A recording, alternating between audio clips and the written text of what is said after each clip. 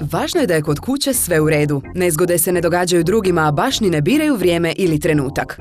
Dolazi vrijeme godišnjih odmora, izleta, vrijeme u kojem ćete manje biti kod kuće i posljednja briga bi vam trebala biti je li provaljeno u stan ili možda curi voda. Stoga ugovorite Allianzove police osiguranja imovine i iskoristite akciju u kojoj dobivate 10% popusta. Allianzova polica Dom Plus osigurava sve vaše stvari, od dokumenata i ukrasa do uređaja ili podova.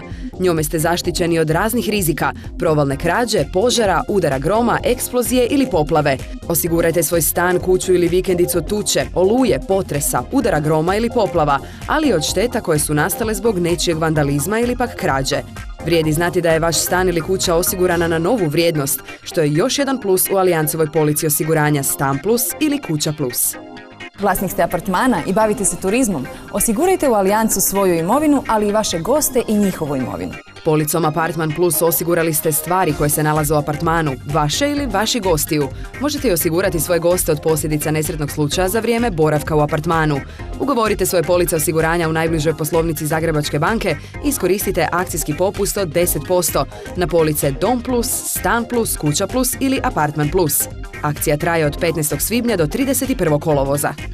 Allianzove police osiguranja imovine svakako će vam se isplatiti, već i zbog osjećaja mira i sigurnosti kad otputujete na zasluženi odmor.